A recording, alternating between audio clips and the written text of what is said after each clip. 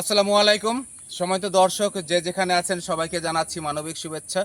এই মুহূর্তে আমি আছি পাবনা জেলার চরাঞ্চল এলাকায়, আশুতোষপুর এলাকা। এই এলাকায় আমার পিছনে দেখতে পাচ্ছেন লিচু গাছ।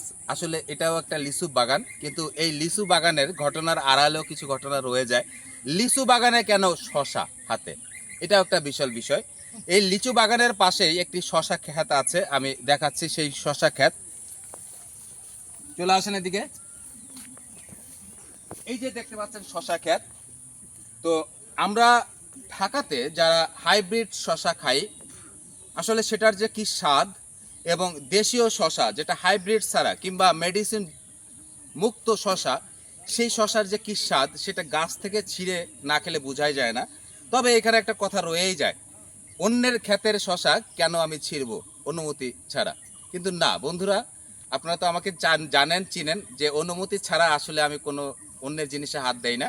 এই বাগানের মালিক যিনি একজন বোন আমার পাশে আছে, আমি একটু দেখাচ্ছি, একটু দেখান আমার বোনকে, দেখেন কত পরিশ্রম করছেন।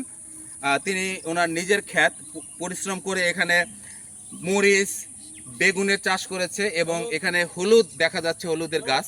এখানে আমরা আরো অনেকেই এসেছি, সেই রংপুর বিভাগের লালমনিরহাট জেলার পাটগ্রাম উপজেলা থেকে আমার মানবিক সহযোদ্ধা বন্ধুপ্রিয় ভাইয়েরা এসেছে, সাথে আমরা এসেছি। পাবনা জেলাতে আজকে একটা প্রোগ্রাম ছিল, মানবিক সংগঠনের মিলন মেলা, সেই মিলন মেলায় এসে এই জিনিসগুলো পেয়ে গেলাম। এবং শশা ক্ষেত থেকে ছিঁড়ে শশা খাচ্ছি, কত যে স্বাদ। এই হাইব্রিড বিহীন মানে অরিজিনাল দেশীয় শশা খেতে যে কত মজা, না খেলে বোঝা যাবে না। বিসমিল্লাহ, অনেক স্বাদ ভাই, একটা খেয়ে দেখেন, অনেক স্বাদ, অনেক স্বাদ। না, সে আবার খায় না। ডাক্তার যিনি ভিডিও করছেন তাকে ডাক্তার নিষেধ করছেন শশা খাওয়ার জন্য।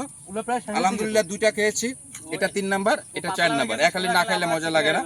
তো বন্ধুরা, যারা দূর দূরান্ত থেকে ভিডিও দেখছেন, বিশেষ করে আমার এই বোনের জন্য দোয়া করবেন, যেন ওনার মনের আশা পূর্ণ হয়। এবং এই শশা খেতে অনেক বেশি শশা হয়।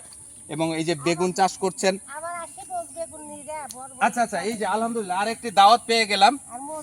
এই যে মরিচ চাষ কিংবা বেগুন চাষ করছেন, উনি বলেছেন যে এই বেগুন যখন হবে, মরিচ যখন হবে, তখন এসে বেগুন এবং মরিচ একসাথে বস্তা ভরে নিয়ে যাব।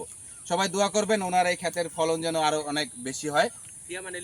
তো সবাইকে বিদায় জানিয়ে, মরিচ ক্ষেত, লিচু ক্ষেত, শশা ক্ষেত, বেগুন ক্ষেত, এই সব ক্ষেত থেকে, ও আরেকটা আছে সবুজ সবুজ সবুজ অরণ্যালয়ের মাঝে হলুদের চাষ, এই হলুদ ক্ষেত থেকে আজ বিদায় নিচ্ছি। সবাই ভালো থাকবেন, অনেক গরম পড়েছে।